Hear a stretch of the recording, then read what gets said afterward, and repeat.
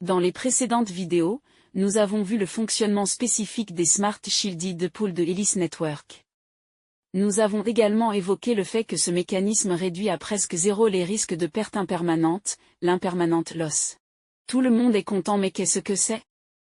L'impermanent loss est un des principaux risques liés au pool de liquidité dans la DeFi. Une perte impermanente se produit lorsque l'argent que vous gagnez en fournissant des liquidités à une pool est inférieur à ce que vous auriez gagné si vous aviez simplement laissé les crypto-monnaies dans votre wallet. C'est un manque à gagner. Cela est dû aux fluctuations de prix des actifs cryptographiques au sein d'une pool, et au mécanisme d'équilibrage. Voyons cela avec une pool d'AMM classique, Atom USDC. Imaginons que vous déposiez 10 atomes et 100 USDC dans une pool de liquidité. À ce moment-là, le prix de 1 atome est de 10 USDC. La valeur totale de votre dépôt est donc de 200 USDC. Simulons une augmentation de prix de l'atome de 10 à 15 USDC. La pool rebalance les quantités de tokens en fonction du prix, votre dépôt se compose maintenant de 8.16 atomes et 122.4 USDC. Dans ce scénario, la valeur totale de vos actifs est de 244.8 USDC. Cependant, si vous aviez simplement conservé vos actifs sans les déposer dans la pool, vous auriez eu 10 atomes, 150 USDC, plus 100 USDC égale 250 USDC. La différence de 5.2 USDC représente l'impermanent loss. Simulons maintenant une baisse de prix de l'atome de 10 à 5 USDC. Après rééquilibrage, votre dépôt se compose de 14.14 atomes et 70.7 USDC. Dans ce scénario, la valeur totale de vos actifs est de 141.4 USDC.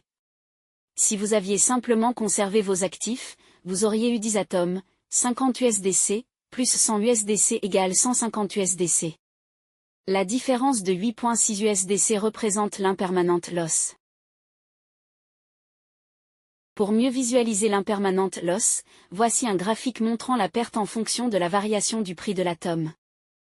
Ce mécanisme est notamment dû au fait que la majorité des pools doivent conserver leur équilibre à 50-50. Grâce à ces pools d'oracle à pondération dynamique, Ellis Network permet de contrer le phénomène d'impermanent loss en affectant la variation de prix des assets à l'équilibre de la pool, et non via un rééquilibrage des assets de la pool. Vous l'aurez compris, Ellis introduit des pools à équilibre variable. Imaginons une pool avec 50% atomes et 50% USDC. Initialement, vous avez 10 atomes et 100 USDC, avec un prix de 1 atome égale 10 USDC. Encore une fois, simulons une augmentation du prix de l'atome de 10 à 20 USDC. La pool devient déséquilibrée car la valeur de l'atome a augmenté, mais les quantités n'ont pas été ajustées.